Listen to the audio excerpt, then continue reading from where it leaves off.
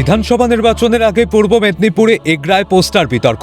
24 ঘন্টা কাটতে না কাটতেই ফের পড়ল পোস্টার। কেন্দ্রবিন্দুতে এগরা পুরসভা চেয়ারম্যান স্বপন নায়েক। নীল সাদার পর সাদা কালো পোস্টারে লেখা এগরা পুরসভার অচলাবস্থার মহানায়ক স্বপন নায়েকের সন্ধান চাই। শুক্রবার সকালে বিষয়টি স্থানীয়দের নজরে পড়তেই শোরগোল। ইতিমধ্যেই সেই ছবি সমাজ মাধ্যমে ভাইরাল, যদিও ছবির সত্যতা যাচাই করেনি সিএন।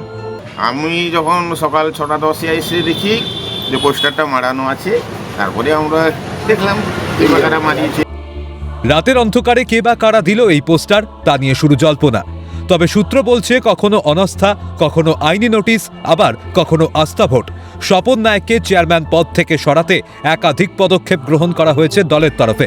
তবে দলের হুইপ মানছেন না নাছোড়বান্দা চেয়ারম্যান স্বপন নায়েক। কোনো না কোনো পরিস্থিতিতে বারবার বিফল শাসক দল ও সরকার। এরই মাঝে ভূমি রাজস্ব দপ্তরের তরফেও একটি অভিযোগ দায়ের হয় স্বপন নায়েকের বিরুদ্ধে। তারপর থেকেই স্বপন নায়েককে এলাকায় দেখা যাচ্ছে না।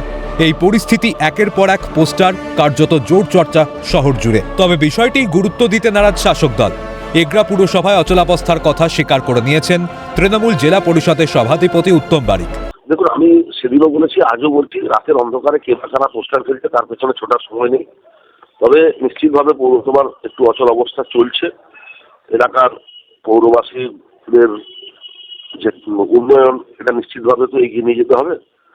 আর আইনি প্রসেসিং এর মধ্য দিয়ে চলছে, একটু সময়ের অপেক্ষা করলে নিশ্চিত তার অবসান হবে। ঘটনায় সরব গেরুয়া শিবির। তৃণমূলকে অসভ্য বর্বরের দল বলে কটাক্ষ বিজেপির। বিজেপি চাই এগরার মানুষ সচেতন হোক।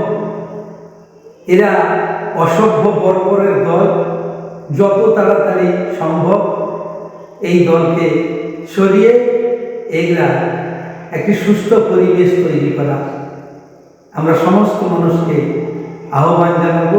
কথায় বলে রাজায় রাজায় যুদ্ধ হয়, উলু খাগড়ার প্রাণ যায়।